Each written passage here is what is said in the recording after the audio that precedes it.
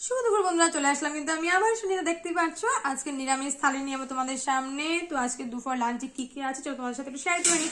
প্রথমে দেখিয়ে দেবো রোজকারের মতো কিন্তু আছে এখানে সাদা ভাত, সাথে আছে কিন্তু এখানে দেখো বেগুন ভাজা, সবার ফেভারিট তাই না। সাথে আছে এখানে দেখো বদি ভাজা, একদম বদিগুলো আজকে ভেজেছি সন্ধ্যা একটু বেশি করে তেল দিয়ে ভেজেছি। আছে কিন্তু আলু দিইনি, কিন্তু সবসময় সবকিছুতে আলু কিন্তু ভালো লাগে না তাই না। আর সাথে আছে আজকে দেখো সব সবজি মিলিয়ে কিন্তু করে নিয়েছি আজকে শস্য দিয়ে একটা নিরামিষ সবজি। খেতে বন্ধুরা খুব ভালো লাগে, এই শস্য দিয়ে একদম মাখা করে করেছি আজকে, কিন্তু ডাল করিনি। আর সাথে আছে কিন্তু এই এই যে শস্য দিয়ে সবজিটা, যে এটা কিন্তু খেতে বন্ধুরা খুব ভালো লাগে, রুটির সাথে বলো লুচির সাথে বলো খুব জমে যায় খেতে।